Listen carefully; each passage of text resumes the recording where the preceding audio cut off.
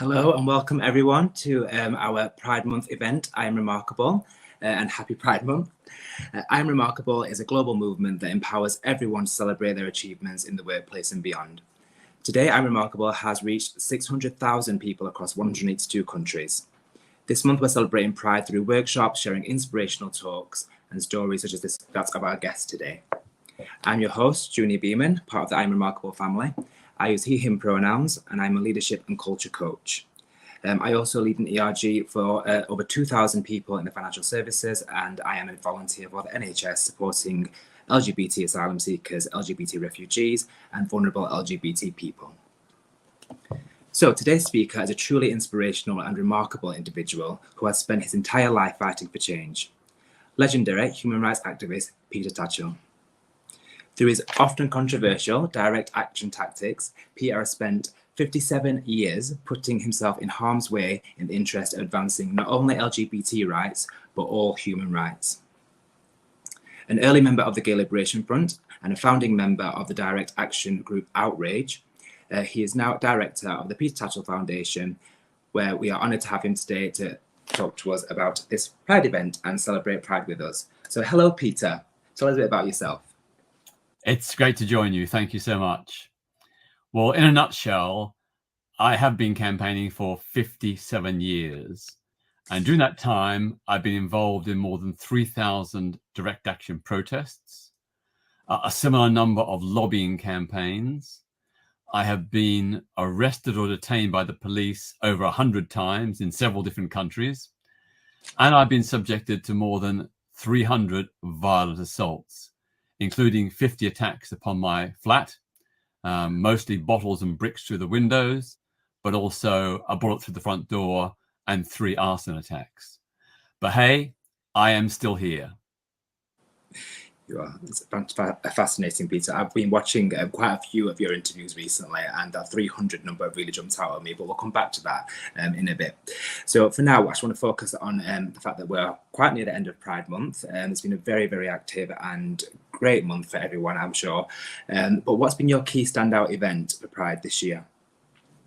Well, for me, what is so extraordinary is that what began as one Pride March in 1972 with only 700 people has now blossomed into more than 190 Pride events across the UK, involving a total involvement of probably around about 1 million or even perhaps 1.5 million people. So it's been a huge success story, and there's been many setbacks for progressive movements, but in terms of LGBT plus rights, with some setbacks, nevertheless, we are powering forward. We are making gains. We are changing lives. Yeah, thank you. And if you were to call one message out from Pride this year, so because we're coming to the end of the month, what's your one key message to everyone who's watching today to wrap up Pride Month? Well, Pride is a celebration of LGBT plus lives, our culture, and our achievements. But it's also a protest.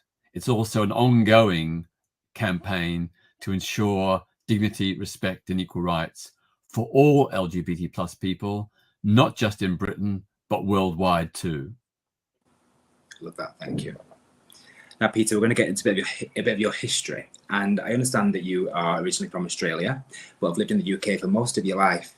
So tell us a bit about your early life and how you came to be in the UK. Well, I grew up in a very traditional, small C conservative working class family. My father was a factory worker. To help support the family, I had to leave school at 16. And I very soon, even when I was at school, got involved in various human rights campaigns in the state of Victoria, in Melbourne, where I grew up, notably against the death penalty, for Aboriginal Indigenous rights, and against Australia's involvement in the Vietnam War and conscription for that war. So I came to London at the age of 19 in 1971, largely or partly because I refused to fight in Vietnam. I disagreed with the war. I thought it was wrong. It was unjust.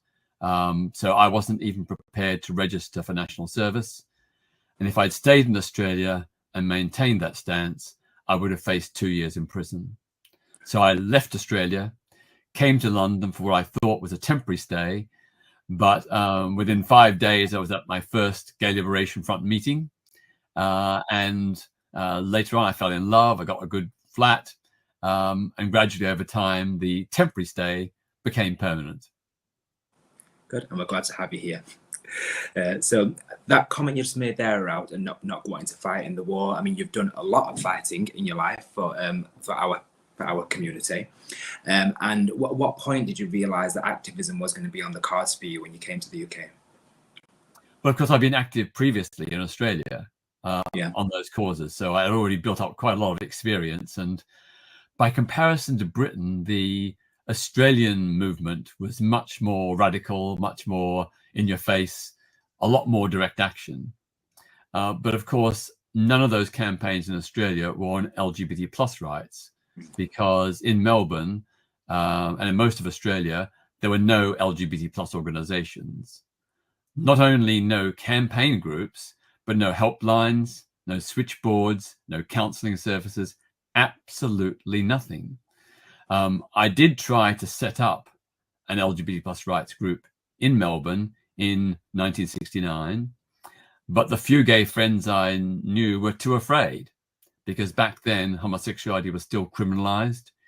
You could get several years imprisonment and even be required to undergo compulsory psychiatric treatment. The police could beat you up, detain you, do whatever they wanted to. It was a very scary period. So all I could do in that period was write letters to the press, urging decriminalization, opposing homophobic discrimination, and in particular, opposing the very extreme police harassment and even violence against LGBTs. So it was only when I came to London in 1979, age 19, that I had the opportunity to get involved in an LGBT plus group, namely the not long formed Gay Liberation Front. Liberation Front meeting, and within a month I was helping to organize many of its spectacular protests against homophobia, biphobia and transphobia. A lot of activity there. And I've noticed here that you were instrumental in the legalization of gay marriage, and that was a massive victory for the UK and securing that for our people. So could you tell us a bit more about the origins of the campaign around OutRage and how that was born, linking to the same-sex marriage bill? Well, what is interesting and even ironic is that most of us in OutRage, a radical queer rights group, we did not personally support marriage. You know, we saw it as a patriarchal, sexist institution that had traditionally been used as an instrument to control women and children. So we were no great fans of marriage, but we also realized that the ban on same-sex marriage was homophobic. And as an LGBT plus rights group, we had a duty to oppose homophobic discrimination. So way back in 1992, OutRage organized the first ever challenge to the ban on same-sex marriage. We organized 5 same-sex couples to file applications for civil marriage at Westminster Registry Office. Now, it was very, very comical because when they went forward to the registrar with their completed forms, the marriage registrar said, "I'm sorry, you can't. It's forbidden in the 1949 Marriage Act." And our applicants, primed in advance, pointed out that in fact, the 1949 Marriage Act does not specify that marriage partners have to be male or female. It just talks about 2 people. So the horrified registrar had to run away in a panic to phone the Home Office, who then clarified that in 1971, the ban on same-sex marriage was introduced.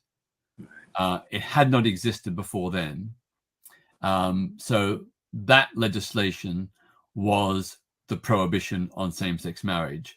The couples did not succeed. Those 5 couples went away empty-handed, but that was the opening shot in the campaign. And then later on in 2010, OutRage organized a coalition of LGBT and allied groups with the Equal Love campaign, where we challenged both the ban on same-sex civil marriage and the ban on different sex civil partnerships. So for us, there were two injustices here. Same-sex couples could not get married, and opposite-sex couples were not allowed to have a civil partnership. We said both are wrong, and we championed an end to both. Now, what happened in the end was we managed to persuade Boris Johnson, of all people, to publicly come out in support of same-sex marriage. And once he did that, other Conservative MPs followed. And then finally, David Cameron announced at the Tory party conference that he was supporting same-sex marriage. And indeed, the wording of his speech was very similar to the briefing that I prepared for Conservative MPs. Although I'm not a Conservative, I knew we had to play with Conservative values or use Conservative values to win them over. So my pitch was that as Conservatives, you support marriage. Marriage is a Conservative value. Then surely you want more people to get married. So in that case, you should support same-sex marriage. And David Cameron sort of used words very similar when he made that famous speech. So we eventually got same-sex marriage in 2013. And that was a huge, huge victory, which has, together with civil partnerships earlier, has transformed the lives for the better of many, many same-sex couples.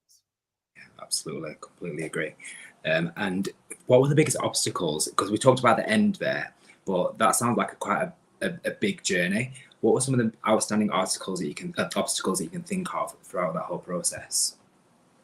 Well, the biggest obstacle was the huge organized campaign by religious organizations, mostly Christian, but some Muslim and Jewish organizations as well. Only a handful of Hindu or Sikhs. But, they really mobilized, their millions of members to lobby the government against change. So the government came under huge, huge pressure from that organized religious lobby. And that for a while did delay things. But then we got an opinion poll taken, which I think was in 2012, which showed that 54% of people of faith supported the right of same-sex couples to marry the person they loved in a civil ceremony. 54%. So that was a clear majority among people of faith.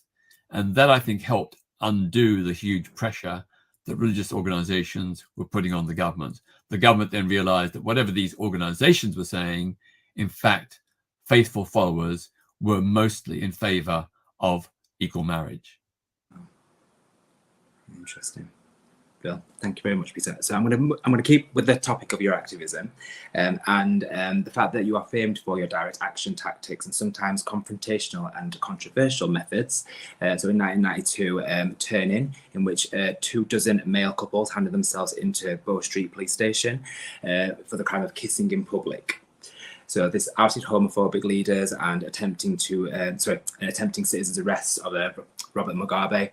Stephen Fry has described you as a performance artist.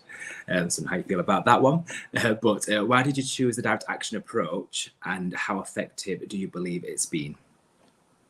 When I realized I was gay at the age of 17 in 1969, as I said, there were no LGBT plus organizations in my hometown of Melbourne at all. So I had no reference point. I knew I wanted to do things. I felt that, clearly to criminalize us for our sexual orientation or gender identity, that was just so wrong. So I wanted to do something, but I didn't have a reference point. So I looked to the Black civil rights movement in America, because they had pioneered how to challenge segregation and the denial of voting rights to Black people. And that I saw as being analogous to the struggle we had to face. There was huge intransigence by the political and religious establishments to enact LGBT plus rights.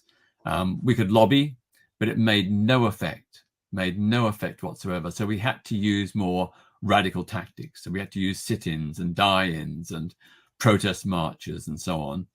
And the tactic you mentioned at the Bow Street Police Station in the early 1990s, we got same-sex people to sign confessions that they'd had sex before what was then the lawful age of consent for gay men of 21, that they had sex in rooms or accommodation where more than 2 people were present, that they'd held hands or kissed their partner in public, which, although it wasn't an explicit crime, it was deemed by the police to be a crime under public indecency laws or public order laws.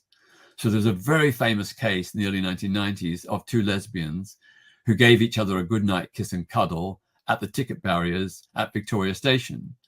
There were no laws against lesbianism, so the police charged them under the Public Order Act with, quote, behavior likely to cause public harassment, alarm, or distress. Unbelievable. But they were taken to court and they were convicted. They got a criminal conviction and they were fined £60. So it shows that there were even instances where lesbians were prosecuted using these generic public decency or public order laws. And, you know, when we told people, when we publicized these instances, when we told the public, you know, look, these 2 women just giving each other a goodnight kiss and a cuddle before one went back to Brighton, where she lived, you know, is that really, are they really criminals? Is that really a good use of police resources? And for the most part, the public saw through it. They thought, they may not approve of homosexuality, but they thought this was overzealous policing. So that's how we used examples of victimization to make the case for an end to victimization. Yeah. And that comment before around Stephen Fry calling you a performance artist, how did you respond when you was labelled like that or described as that? Well, I sort of get it, because a lot of the protests have been, you know, a form of street theatre, like the mass wedding in Trafalgar Square, the mass queer wedding in Trafalgar Square in 1991-92, the mass turn-in at Bow Street Police Station around the same time, the many examples of where we championed LGBT plus people against their employers who had sacked them because of their sexuality or gender identity. These were all like performances, you know, they were theatrical, they were razzmatazz, they were also often fun. I remember when we had the mass kissing in Piccadilly Circus, where we got, I think, nearly 200 couples to stage a mass kissing against the arrest and prosecution of same-sex couples for kissing, like the 2 lesbians at Victoria Station. I remember when we did that, we had a crowd of thousands watching and egging us on, you know, and we made it a great performance. So much so that I remember a week later at the OutRage office, we got a phone call from a Japanese tour company. They said, we were passing through Piccadilly Circus last week with our tour group from Tokyo, and we saw your kissing. We loved it. We thought it was such fun. When are you doing the next one? But did they actually think it was an actual performance? Yeah. It's brilliant. Well, thank you for sharing that.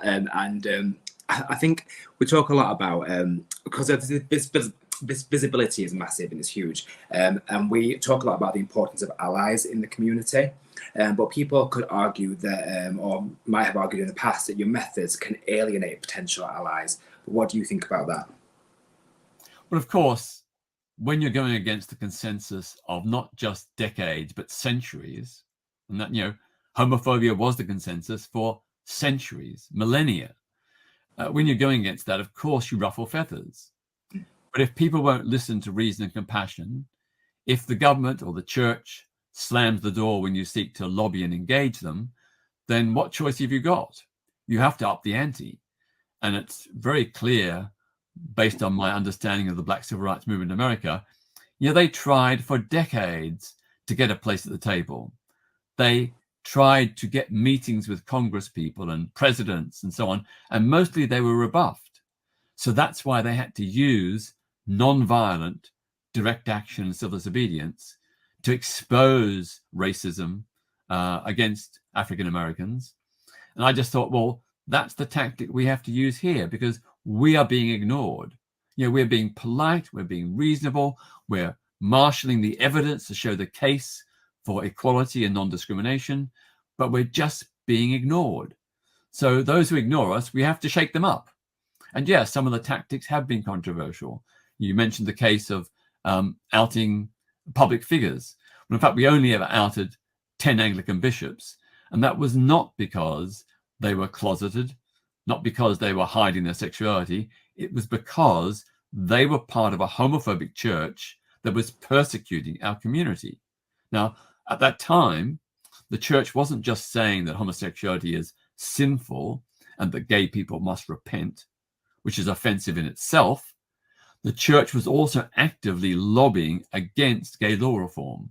It was saying the law should discriminate because, to quote the Archbishop of Canterbury, homosexuals are inferior to heterosexuals, and therefore they do not deserve equal rights. So we had to challenge that homophobia, and particularly the homophobia of gay bishops who should have known better, but used their power and influence to harm the wider LGBT plus community. So that tactic was incredibly controversial. We were denounced by many gay people, but I think in hindsight, most people now recognize that when public figures are abusing their power and influence, when they're behaving hypocritically, they have to be fought, they have to be resisted, they have to be challenged, they have to be exposed. And that is what OutRage did. And interestingly, after we did that, as far as I know, none of those bishops ever again allied with any anti-gay policy of the church. And in fact, eventually, 2 of them became allies and supporters. So I think the tactic worked. Sounds like it. You first sparked a thought there around how things have changed quite recently around rights being challenged on how we can protest and how we can be activists. So have your tactics changed over the years to align with what's going on with the government, or are they still quite the same as they always were? Broadly the same, but now in recent years, we've had governments more open to dialogue. So in that particular instance, we don't need to do direct action. When Theresa May invites me to Downing Street, which no Labour Prime Minister ever done, to discuss the case for equality and the reforms that are needed, we didn't need to do direct action protests. I went there and made the case. And as a result, one of the things she did was to promise to ban conversion practices. So, the other thing she did was also make a public apology to people in countries that Britain colonized for the imposition of homophobic laws during the 19th century when Britain was the colonial power. So those were 2 things that were actually achieved by dialogue because the Prime Minister opened the door. So I would say that today, more and more, we can achieve it via dialogue. Just right now, for the last few months, we've had my Peter Tatchell Foundation has had a campaign called Apologise Now, where we've written to every chief constable in Britain, asking them to apologise for the past homophobic witch hunts that they imposed upon our community. We've asked them to say sorry and to enact new progressive LGBT plus policies. We didn't need to protest. We began simply with that letter. And so far, much to our surprise, 20 police chiefs, that's almost half the police chiefs in Britain, have said sorry and have introduced new progressive LGBT plus policies. Now, there's another 25 who haven't, and we will be chasing them. And if they continue to refuse, we may well resort to direct action protests against them, because we've done it the polite way. We've invited them. We've explained to them why they should apologize. Half their colleagues almost have said they're sorry. These ones haven't. If they continue and persist, then we will resort to direct action, because that will, again, it will up the ante. It will put them under pressure. It will generate news coverage, which will force them to answer to the media and to the wider public through the media about why they're not saying sorry. Do you have a timeline on this? Is it something you've got like a deadline by you're going to make this action? Well, I think we'll begin this new pressure campaign in the next coming months, once the Pride season's out of the way, because we're very, very busy with that. But sort of come September, October, we'll write again to the chief constables. we'll write to the relevant mayors and police and crime commissioners, and then if we still don't get action, then we'll go for the jugular. Yeah. Thank you, Peter. So I'm going to move on to talk around the future. So let's get our LGBT crystal ball out and predict the future and see what's going to happen or what's coming down the line. And I'll ask you around, so how we have fought for rights previously. How do you see LGBT rights campaigns and the fight for equal rights evolving over the coming years? Well, of course, here in Britain, we have the prospect of a Labour government, which has made a lot of very positive commitments to lesbian, gay and bisexual equality. Not so good on trans, but nevertheless planning to reform the Gender Recognition Act to ease the process by which trans people change their legal documents. In the United States, we have the fearful prospect of a second Trump presidency. It may or may not happen, but although President Biden has made some very progressive changes, there's still a lot of work to do. And of course, many of the laws affecting LGBT plus people in America are based on state legislatures, not on federal policy. And lots of states have gone backwards. So this year so far, there's been more than 500 anti-LGBT plus bills tabled, mostly in state legislatures and mostly targeting the trans community. So here in Britain, we're hopeful that we will get a Labour government and that big progress will be made. In the US, it's much more uncertain. Globally, of course, there are still 64 countries that criminalize same-sex relations. Most criminalize both male and female homosexuality. There are 12 Muslim-majority countries that still have the death penalty for same-sex relations. Countries like Saudi Arabia, Iran, Yemen, Mauritania, and so on.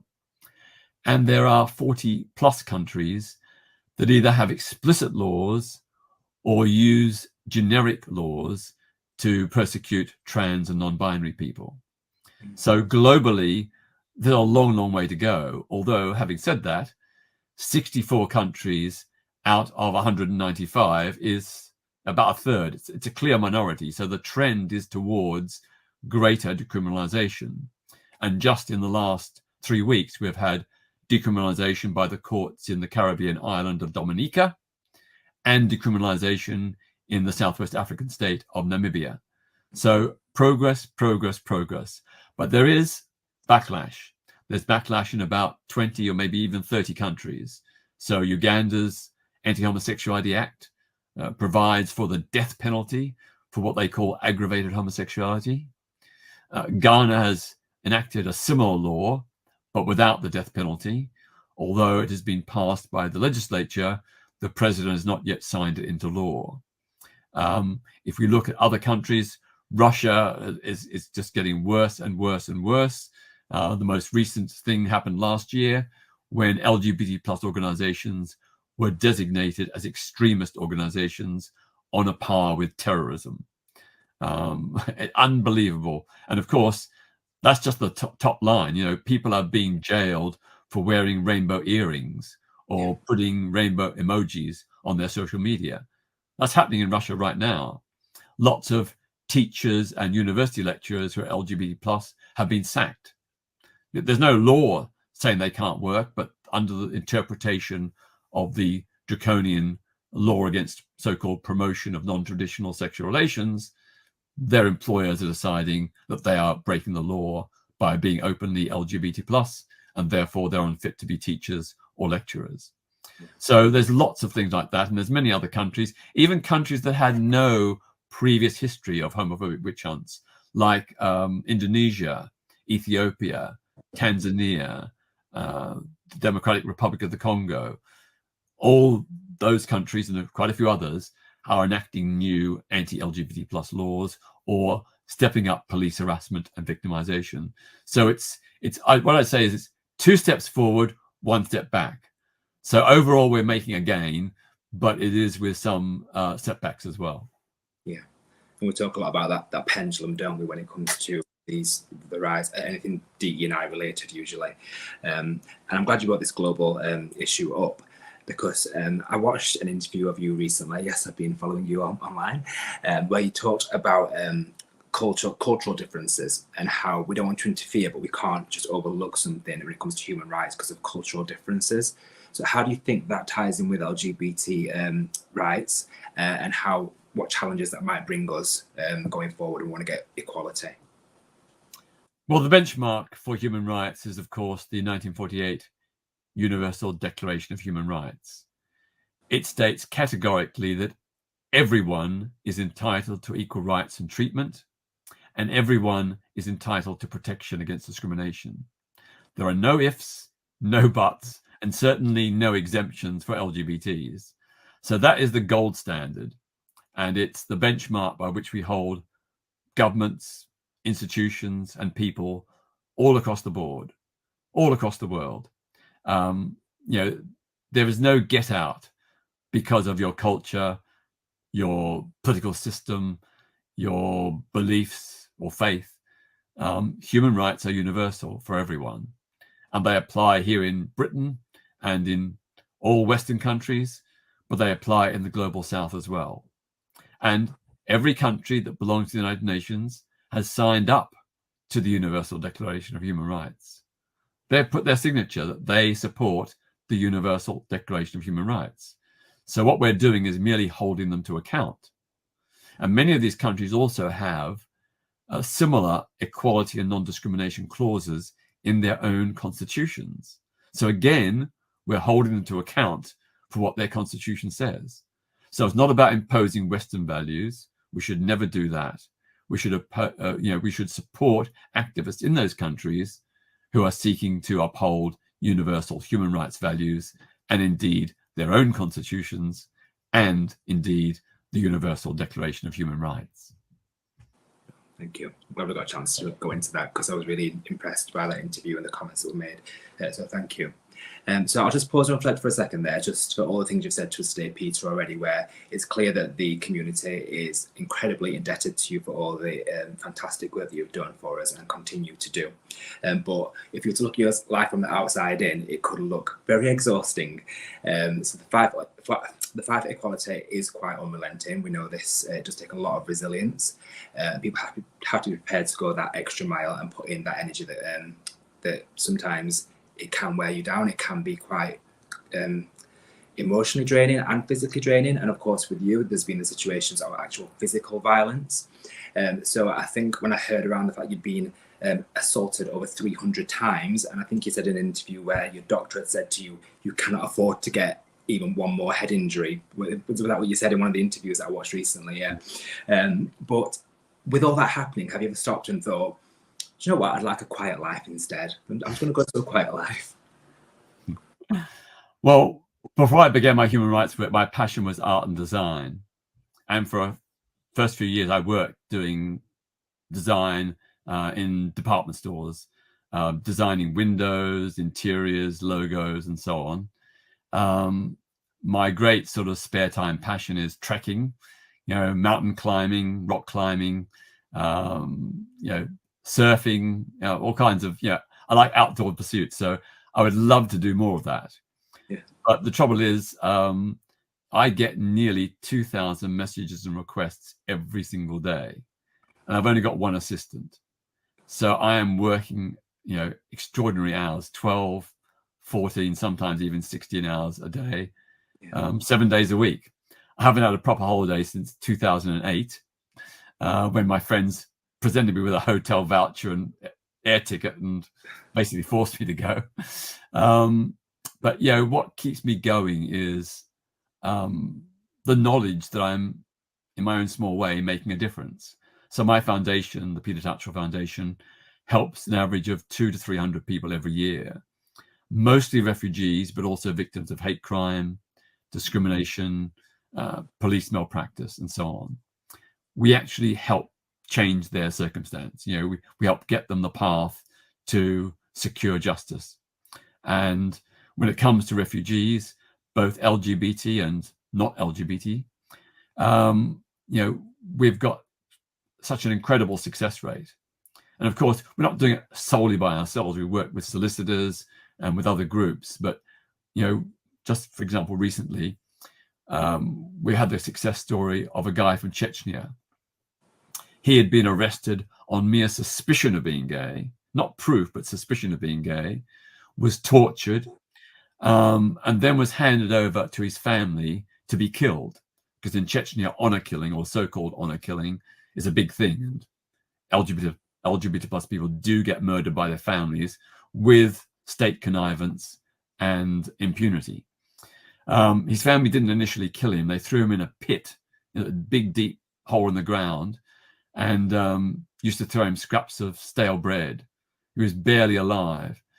But eventually he saw that he had to, he couldn't just, he had to make some concessions. So he promised that he'd give up being gay. He even agreed to an arranged marriage. And then eventually he was allowed out of the pit. He was allowed under supervision to be in the family home. But once he'd got married and when he moved with his bride to a new flat, the first opportunity he got, he escaped. And all during this time, he was in contact with my foundation, asking for advice about what to do and how to play it. And then we worked with Russian activists to get a route out of Chechnya, to first of all to Russia and then to another country. So he is now safe. Now, that's what keeps me going. Success stories like that. You know, he probably may well have ended up dead if we hadn't intervened and given him the pointers to contact the right organizations and to help facilitate or aid and support his exit. So yeah, I just think, wow, I feel so lucky, so privileged to be able to do these things. And it's based on a very simple principle. If I was in their situation, I would want someone to help me. So I think, well, they're in that situation. I've got the capacity. I should at least try to do something. Yeah, I feel you. I feel like a lot of people watching this today will be themselves in some form an activist and are wanting to do the right thing and make a difference. I know from my own personal experience leading an employee-led network of over 2,000 people, and the topics that come up, how emotionally draining it can be and how you have to work so hard to stay resilient, to keep doing the things that you just mentioned there, things that you love doing to help other people. But if you were to give the audience one tip of advice right now on resilience, what would it be on how to look after yourself? I think the important thing is to pace yourself, which I am absolutely terrible at. I'm always exhausted, always tired, always sick. But yeah, don't follow my bad example. Pace yourself. Live to fight another day. But also work with others. You can do things as an individual, like write to your MP. Great. But if you get involved in a campaign group, whatever the issue may be that concerns you, get involved in a campaign group, because together we're stronger. A dozen people together is stronger than one. 500 is stronger than 100. It's obvious. So get involved in a campaign group. That's what I'd say, and help them collectively with others. And you'll also find great morale support, because when you're working with others who are in the same position, going through the same things, it's great to have that feedback and that sense of mutual understanding that you're all in this together, that you're going through the same struggles, the same battles. Great advice. Thank you very much. Now, Peter, you've told us a lot of remarkable things today about yourself and all the great work that you've done and continue to do. But we love to ask the question to anyone who joins our sessions, what makes them remarkable? So if I have to ask you now, what makes you remarkable? But please start your answer with, I'm remarkable because. I'm remarkable because I don't really think I'm remarkable. Sure, I've done my bit, but I'm just a grassroots activist, a long-standing one, but just a grassroots activist. And for me, what's important is that I've done something, and I've had this longevity. That's great, but so have many others. And I think it's always important to remember that a change comes about through unity, solidarity, and collectivity. If we work together with others, we are collectively stronger. Thank you very much. Okay, Peter. So we've covered a lot of content today. We're going to go into some questions from the audience, if that's okay. So I'll bring up the first question now, and we have Connie in New York, who wants to ask, what are your thoughts on the recent advancements and setbacks in transgender rights? Well, yeah, I mean, trans is the new front line in terms of the battle for LGBT plus equality. Trans people are being demonized, vilified, subjected to horrendous culture war campaigns, just like lesbian, gay, and bisexual people were in the 1970s and 80s. So I can see this. I can look back and think, this is exactly what we went through. Incredible abuse, threats, violence, demonization, vilification. I think that despite this, we are just about winning. I think there are some setbacks, certainly in some Western countries like Britain and the United States, there have been setbacks for trans people in terms of either legislative reverses or the lack of legislative progress. I do think it's very important that we don't descend to the language of the critics. The critics can often be quite abusive and threatening. We should never, ever follow their example. They play low, we must play high. We must always maintain the moral high ground by not responding with abuse or threats, not using aggressive language, being calm, polite, focusing on the evidence, even in the face of great provocation. Now, I've got to say that there are instances where some trans activists have, I think, damaged the cause by threatening violence against trans critics. That is not the way to go.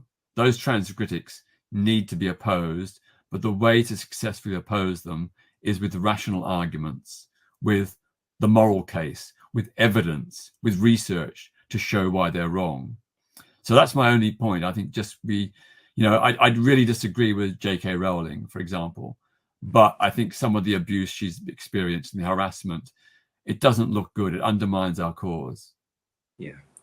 Because I've personally found that even within the community now, because of this stigma and pushback, there is a bit of a divide between the LG and the B and the T plus forming a little bit, and it's disappointing to see.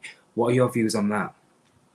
Well, of course, divide and rule is the tactic of every oppressor and every privileged person. But it's a big mistake. Obviously, LGB and T are two different things. One's about sexual orientation, the other's about gender identity. They are not the same. But they are the same in the sense that both lesbian, gay, bisexual, and transgender people, we all have an experience of prejudice, discrimination, and hate crime. And that gives us a common interest in working together. Moreover, we are all gender nonconformists. So trans people don't conform to gender expectations. Their gender identity is different from the gender assigned at birth. And LGBT people, we're different too. We don't conform to the traditional expectations of men and women. So, for example, as a gay man, I don't conform to the expectation that I will, desire a woman and marry a woman. Lesbian women, lots of, I don't want to stereotype lesbian women, but lots of lesbian women have pointedly rejected traditional female roles and expectations, and they've trailblazed in occupations that were previously all male preserves, like tradespeople such as electricians, plumbers, and carpenters. There were no women in those professions just 2 or 3 decades, well, 3 decades or so ago, but lesbian women, almost entirely lesbian women, trailblazed in those professions, which has opened them up to all women. All women have benefited from that lesbian trailblazing, and it's all about not conforming to gender. So I just think that whether we're L, G, B, or T, we have this experience of not being gender conformists. We are being true to ourselves. We're not following the rules. We're not following the standard expectations. And that's why the unity of our movement, solidarity and support for each other is so important. If you were trans, if you're not trans, if you were trans and you were being beleaguered in this way, you would want people to help you. And it's especially required and a moral duty for LGBs to show that solidarity. Perfect. I'm going to pocket that, and every time I get asked that question at work, I'm going to be like, here's what Peter says, because that was perfect. Thank you so much. We'll go to the audience question now, Peter. So we've got Rory in Berlin is asking us, what advice would you give to young queer activists to stay determined in the face of setbacks? I think you have to keep in mind the Martin Luther King quote. The arc of history bends towards justice. Yes, there are setbacks. It's a bit like snakes and ladders, but overall, we're going onwards, upwards, and forwards. So just keep that in mind when we have a setback. The setbacks are temporary. They are disappointing, sometimes even tragic, as in the case with Uganda's anti-homosexuality law. But overall, the trend is towards greater LGBT plus freedom across the world. And it's amazing to see and hear about clandestine LGBT plus groups in countries like Iran and Saudi Arabia, where there's the death penalty. But somehow those people courageously find covert ways using encrypted messaging and secret meetings in hotel rooms or people's houses. They manage to keep alive the ideas of LGBT plus liberation. And they support each other. They support each other and give each other comfort, often under conditions of great duress, when they're under threat of arrest and possible imprisonment, torture, or even execution. So yeah, just keep in mind, we are winning.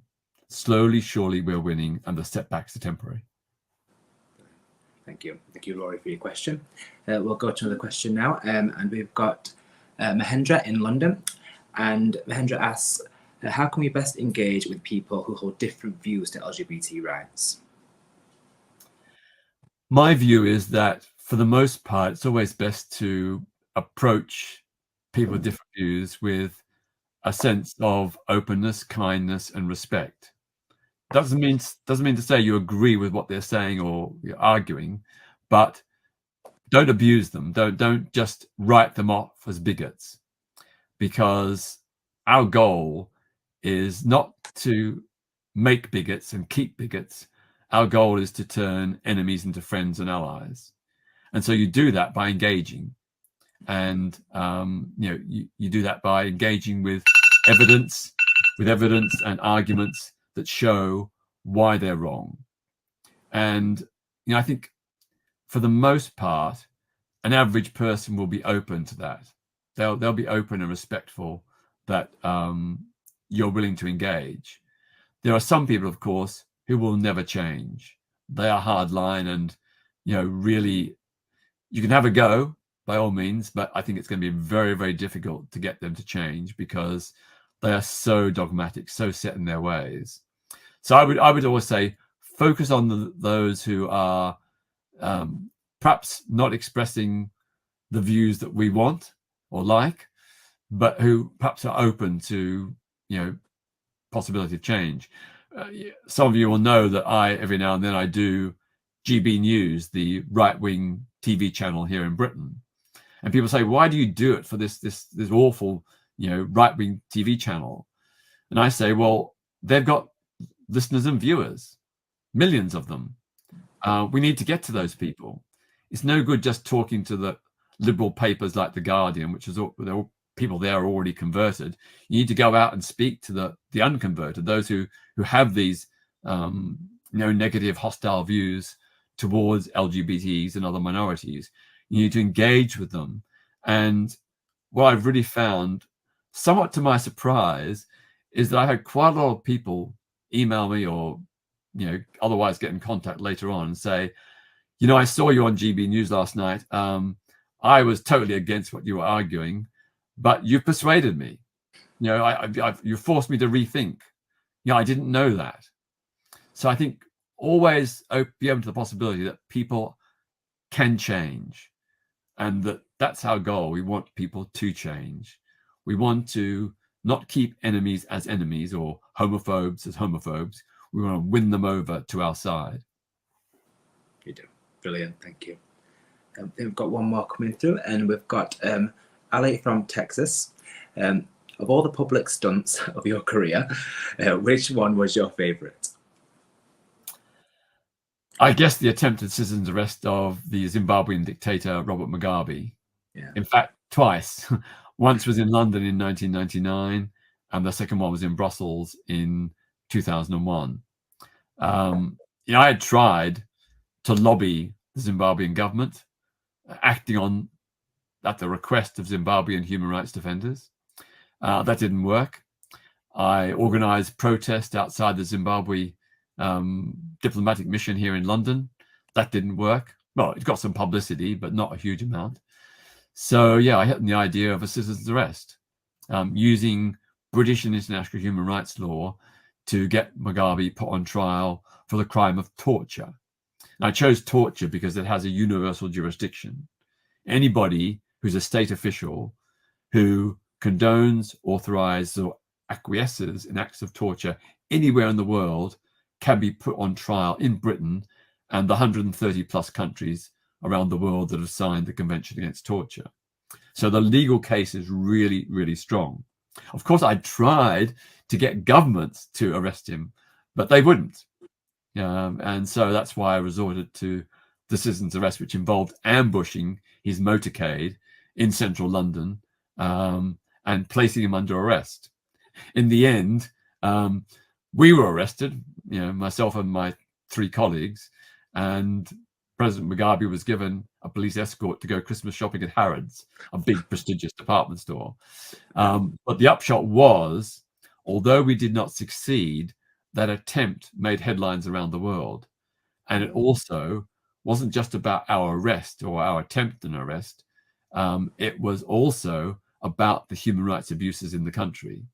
So for Zimbabwean activists, that was a really big, big moment, because at the time, what was happening in their country was pretty much unreported.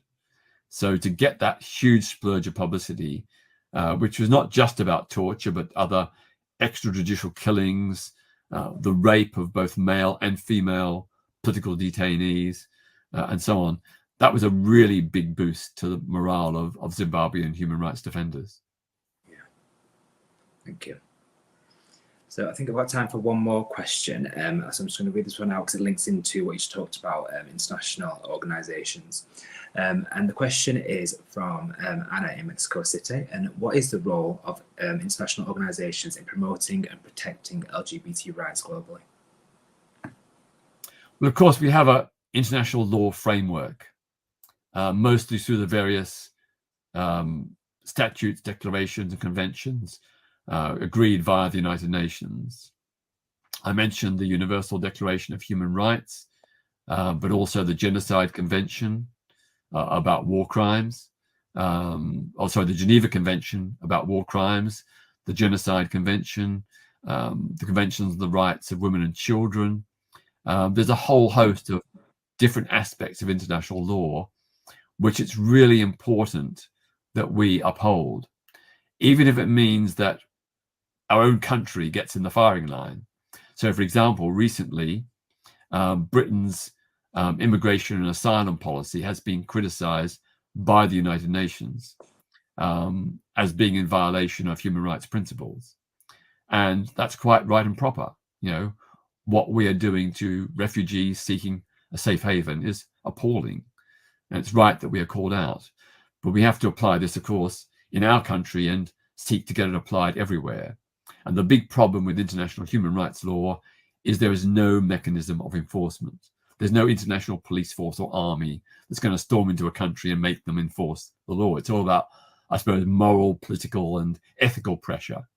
But it sometimes does work. Right now, just literally 2 days ago, a very famous Iranian rapper who was to be sentenced for execution because he supported the women life freedom protests in Iran, his execution order has been revoked. And that's because of a huge international campaign lobbying the Iranian president, the supreme leader, and the chief justice. It shows that sometimes even with a very dictatorial regime like Iran, protests can succeed. Great. Thank you very much, Peter. And I'm conscious of time now, but it's been such a fantastic discussion. I just want to call out to the audience that we have IAmRemarkable Week coming back, and that is 8th to 12th of July. Of course, a huge thank you to our guest today, Peter. Peter, I've got a million questions left to ask you, but I don't want to add to your 2,000 emails a day. So maybe I'll wait, give it a little bit of time after Pride Month, and I'll get in touch with you. But yeah, just a reminder to our viewers today that IAmRemarkable Week is back, and that is from the 8th to the 12th of July. I think we can get it on the screen now just to give you that visual. Okay, I've got a website on there. There we are. IAmRemarkable, 8th to 12th of July. So please check our social media platforms, LinkedIn, Instagram, and all the good ones to get involved and see how you can participate. What I will say now is happy Pride Month, everyone, for what's left of it. I hope you've had a great month and enjoy the summer months to come. I know there's a lot of parades and events still to come down the line. Remember to demonstrate, educate, advocate, and of course, celebrate. Happy Pride, everyone. And remember, stay remarkable.